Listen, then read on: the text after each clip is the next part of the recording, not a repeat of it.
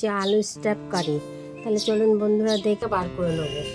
আর এখানে নিয়েছি আমি কয়েকটা কাজু, কিশমিশ, 4টে কাঁচা লঙ্কা, 2 চামচ পোস্ত আর 2 চামচ চাল মগজ। এটা আমি মিক্সিং জারের মধ্যে দিয়ে পেস্ট করে নেব। এর সাথে আমি দিয়ে দেবো 1 টুকরো আদা, দিয়ে আমি সবগুলোকে একসাথে পেস্ট করে নেব। আমি বার করে নেব প্রথমে, নিয়ে তারপরে আমি যে পুরটা তৈরি করব সেই পুরটা এর মধ্যে দিয়ে দেবো। আলু তৈরি করে নেব।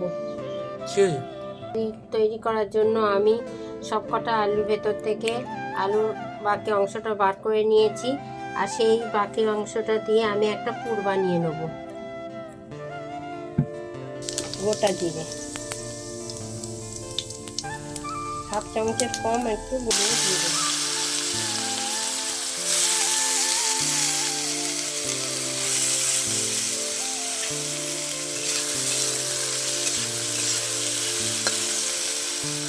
আমি গ্রেট করে রাখা আদা, কয়েকটা কাজু বাদাম আর কয়েকটা কিশমিশ দিয়ে একটু নেড়ে চেড়ে নেব।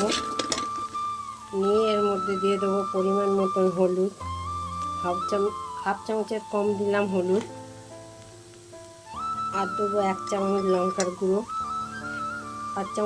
আর দেবো 1 চামচ ধনে গুঁড়ো, 1 চামচ জিরের গুঁড়ো দিয়ে আমি এটাকে আবারও ভালো করে ভেজে নেব। নুন দিয়ে নেবো,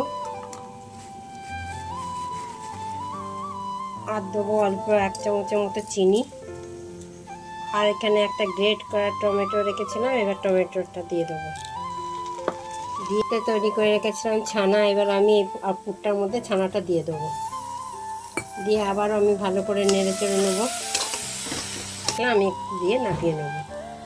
আমি ভাজা মশলাটার মধ্যে দিয়েছি কয়েকটা গোলমরিচ, 1 চামচ জিরে, গোটা জিরে, 1 চামচ ধনে দিয়ে ভেজে গুঁড়িয়ে নিয়েছিলাম, সেটা দিয়ে দিলাম। দিয়ে এবার আলুগুলোকে ভেজে নেব।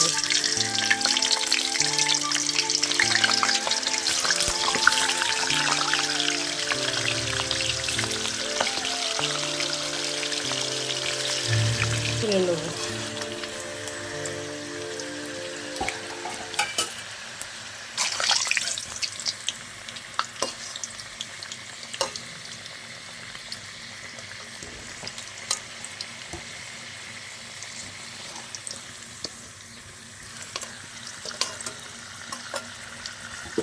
এইভাবে আমি সব আলুগুলোকে ভেজে নেব।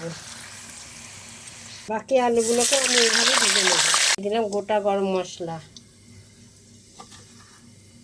এরপর দিয়ে দেবো কয়েকটা গোটা জিরে, আর দেবো 2টো তেজপাতা,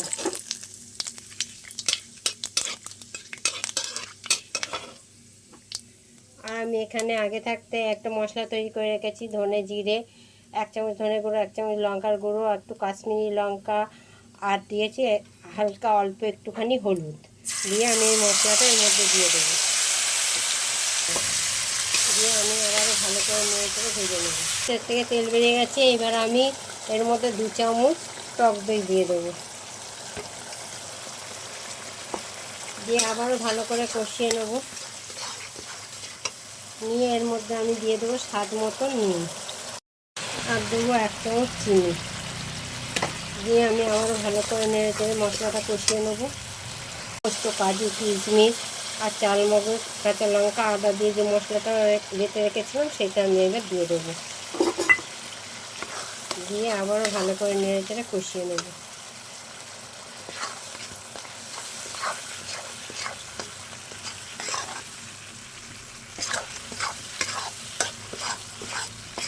দিয়ে দেবো পরিমাণ মতো জল।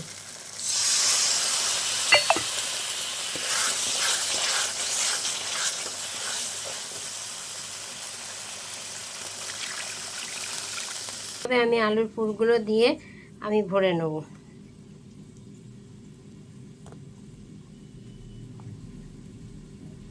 এইভাবে পুর দিয়ে আমি সবকটা আলুকে ভরে নেব। ঠিক আছে, এবার আমি ঝোলটা ফুটে গেছে, ঝোলের মধ্যে আলু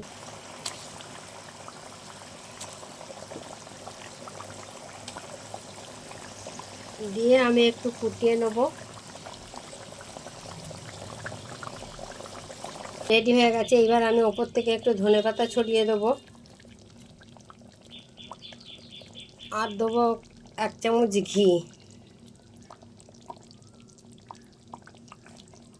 ঘি দিয়ে আমি এবার চাপা দিয়ে দেবো, দিয়ে আমি 5 মিনিট পরে নামিয়ে নেব। আমি ততক্ষণে গ্যাসটা অফ করে দেবো। লাগলো সেটা অবশ্যই লাইক শেয়ার কমেন্ট করে জানাবেন। আবার আসছি নতুন রেসিপি নিয়ে, ততক্ষণে ভালো থাক।